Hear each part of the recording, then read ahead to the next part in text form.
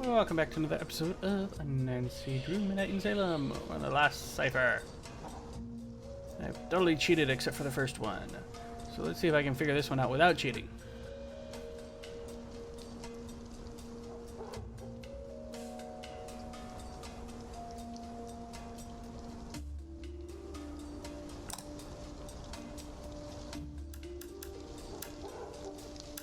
Is it simply that?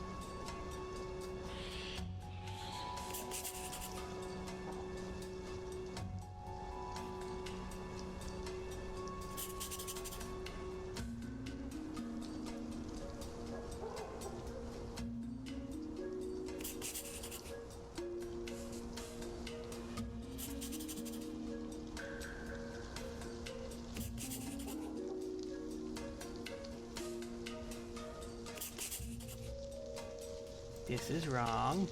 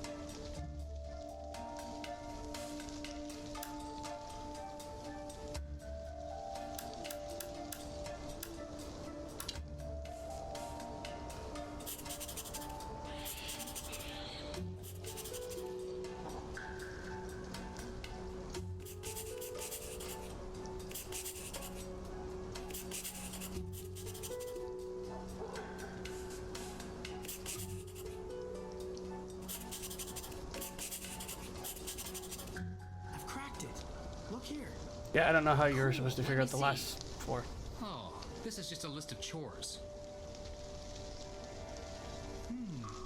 It's dated tonight. Get stock from L? Lauren Holt.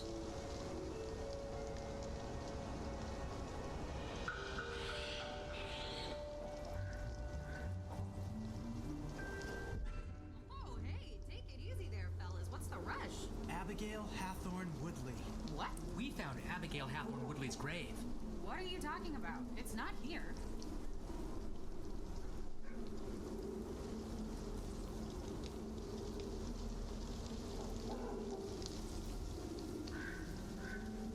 This tastes really good.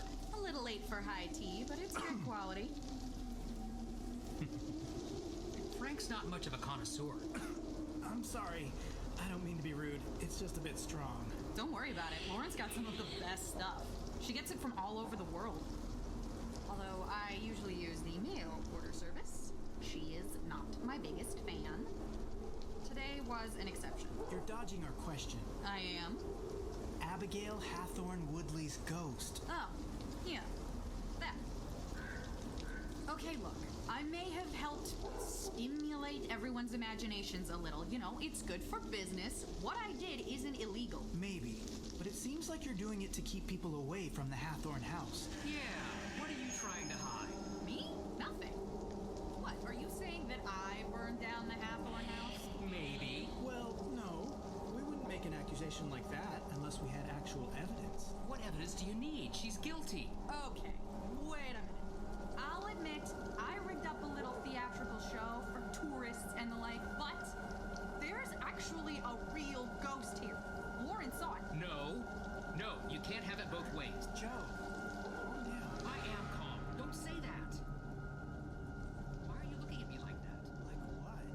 Yeah, there's something in the tea. Hear what? I don't hear anything. I hear it. Who is it? Who's there? Where? There! The tea was spiked! Right there! I don't.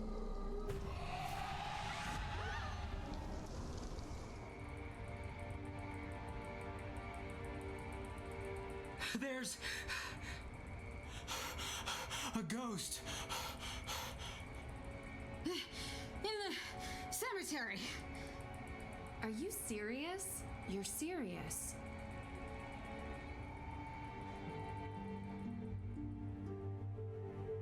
Okay. Can you describe to me what you saw? Just like you said, I can't believe it. You see? They exist. I've never seen She was anything like right. it. And her eyes. Wait, her? Yeah? That wasn't a woman. Looked like a woman to me. To be fair, I couldn't see her eyes. It was a man with black eyes. That's not who I saw.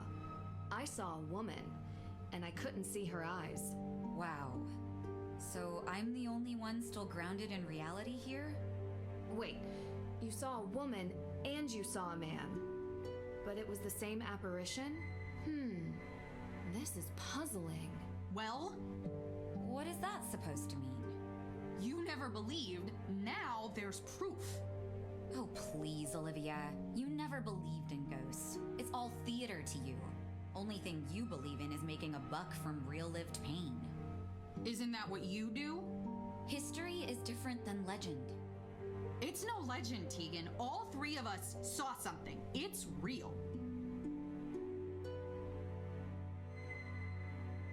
Did you find anything else at the cemetery? Yeah. All right, yeah, so I was rigging up fake hauntings to scare tourists. Big whoop. What? Are you serious? Scaring people? Someone could have gotten hurt. You always take things too far. Get over yourself, Tegan. The only reason people come to this town is for the thrills, not old crockery and moldering period costumes. No one gets scared or hurt in a museum. That's the problem. Hey, everyone, enough. Calm down. Remember, we're here for Mei. Yeah, well, where is she? She's in her room. Did you happen to see the red spray paint on our house on the way in? Well, she did. She knows what's going on here. My parents are going to flip. Olivia, what you saw was in no way related to your scare setup. No, it was real. I couldn't get anything close to that. It was terrifying. It looked real. Did you track down any new leads for the arsonist? Okay, I'll go first. So far, the evidence seems to be indicating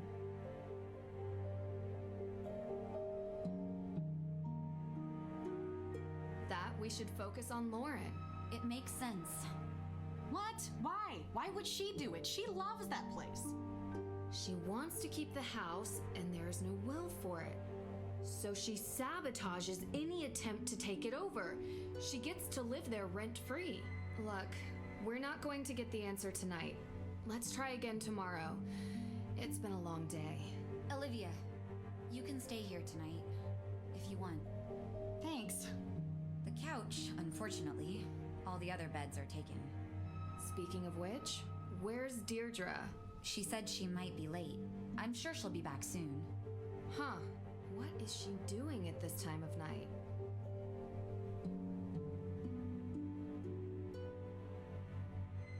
Now playing as Nancy Drew.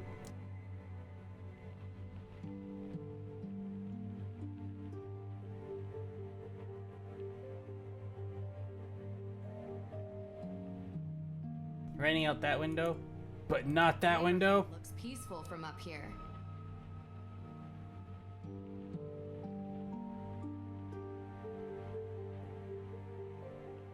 Immersion broken. I probably...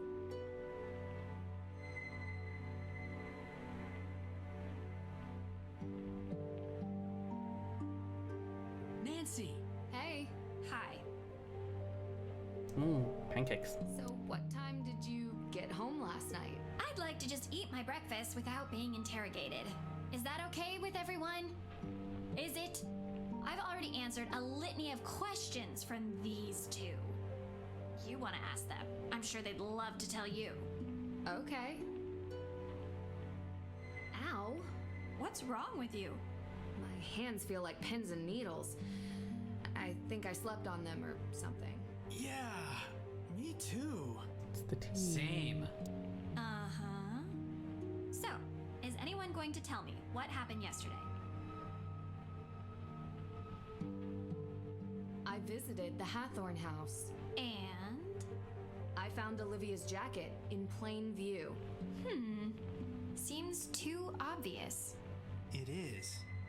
Olivia has been involved with some scare pranks in town, mostly drumming up business for her tour. But we don't think she's a suspect. Her alibi? She was working, Working? as was everyone else in town at the time. Minus Mei, of course. There's definitely a will. Okay. Do we have it? No, but I found a letter written by Frances Tuttle specifically stating that a will exists and was written for Lauren. Could have been burned in the fire. Could be the reason for the fire. None of this helps Mei. We need a perp, not a possible piece of paper that no one can find. A perp? We should still try to find it. It might be motive, and it would mean the difference between keeping or losing a home. Well, they saw it. It? An anomalistic paranormal projection. You mean a ghost? That's exactly what I mean. You know what I'm talking about. Okay. Anyone else see it? Olivia Ravencroft. The witch? Except she claims to have seen Judge John Hathorne, not Abigail Hathorne Woodley. Well, there you have it. She sees something different than all of you. Clearly she's lying. She probably rigged the whole thing up. I don't think so, Deirdre. It's not an act. She was genuinely scared. Ergo. Therefore... No, sorry. Not ergo. Ergut. Your hands. Ergot poisoning. You really think it's possible? Mass psychogenic illness by more than one person. Hallucinations, vasoconstriction in the hands and feet. Pins and needles. Exactly. Wait, what? What is that? Yeah... But how? Food or drink? Intentional? In this town? I'd believe it. What are you guys talking about? We could have been poisoned with ergot. Poisoned? What? The symptoms match, and it's not without precedent, especially here. Oh. There's a theory that the accusers of the Salem witch trials were exhibiting strange behavior, but it wasn't witchcraft. It was because they had eaten rye infected by ergot spores. It causes hallucinations. It was also pretty common 300 years ago. I had an acai super muscle builder smoothie for lunch yesterday. I did not eat some sort of Pilgrim-era rye porridge. So how could I get poisoned? I don't know, but I'd like to see if there are any sources of ergot in town. Good idea. I'll start with the judge. I should finally be able to get the CCTV access tapes. Frank, Joe, can you guys check the cemetery for any traces of ergot? I'm not sure our ghost hunting equipment is... We'll figure it out. But I don't even know what an ergot spore looks. We'll figure it out. Deirdre, you can... No. Oh. Okay. Time is running out. If we don't clear May's name soon, I hate to think what this town will do to her. I'm coming with you. You better not let me down.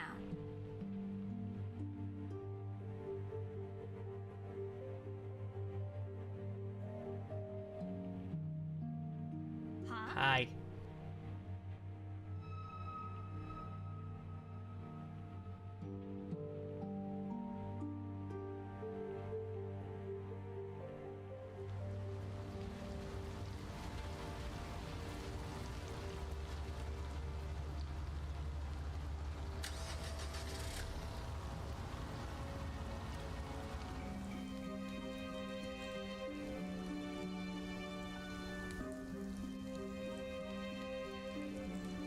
Alright, Judgy.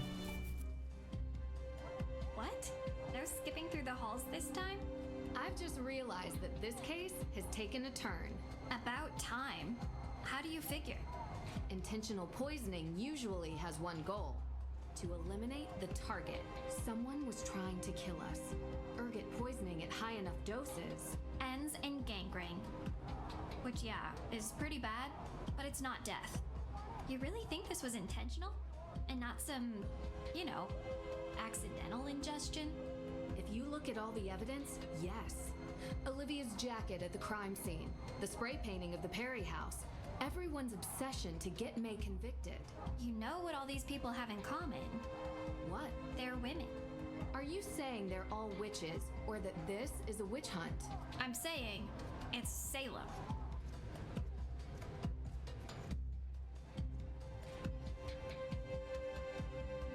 Can I help you, Miss Drew? I'm here for the CCTV footage. Yes. You can use this on the evidence room computer. You know where that is, right? Yeah, I found the pin code here. Remember? Of course you did. Now run along. Run along? You know, I just realized I never followed up with you two about what you were doing on the day the AW evidence was stolen. You know, Nancy, this detective thing is really sweet and all, but we are in the middle of something important here, okay? What are you doing?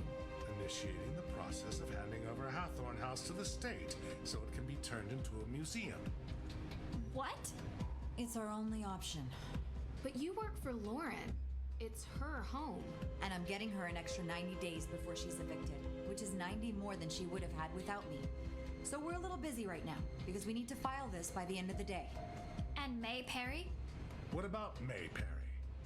Is she being charged? I won't discuss this.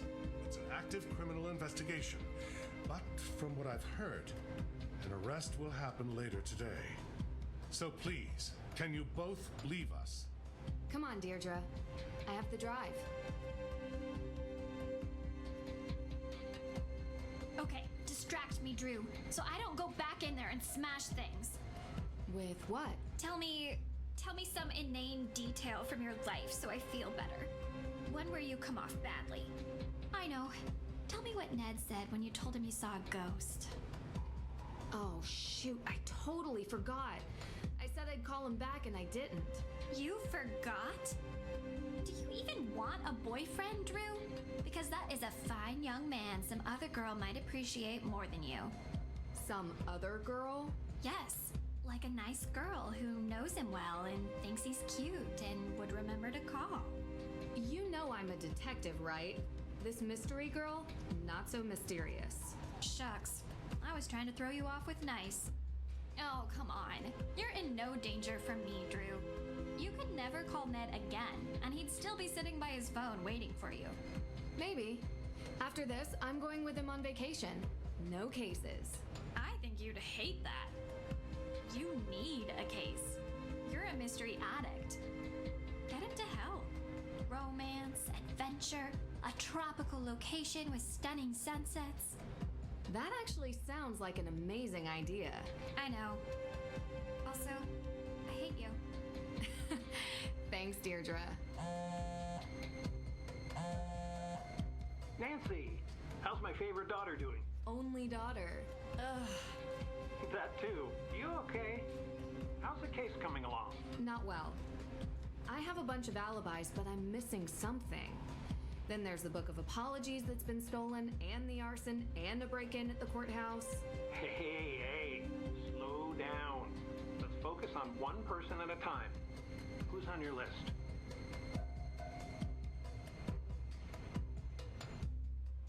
Lauren Holt is the supposed heir of the Hathorne House estate. Why supposed? She's the adopted daughter of the previous owner, Frances Tuttle. And while Lauren claims there's a will, no one has been able to find it. How did her relationship with Miss Tuttle seem to you? Close.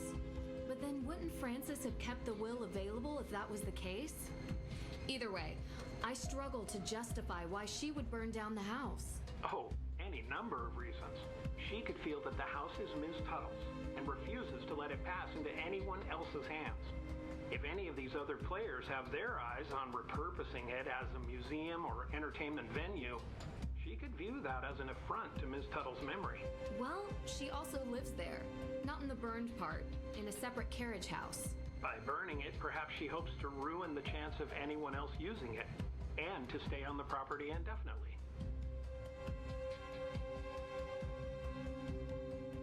Tegan Parry runs the museum in the center of town. The gatekeeper of the town. You mean like the keeper of the town's history? Exactly. Anyone who runs a museum has a vested interest in keeping that history alive. I don't know Tegan, but I don't doubt that she feels some ownership over the town's past, present, and future. So she wouldn't want to destroy Hathorne House. But Well, she runs the Accused Witches organization. She's very passionate about their cause. Like, extremely. being passionate and being destructive are two different motivations. It's not impossible, but it is implausible. And with that, we'll call it an episode. So when we come back next time, we'll finish through these questions, and then we'll go and look at the video. Thanks for watching. I hope you enjoyed, and if you did, please leave a like. Bye.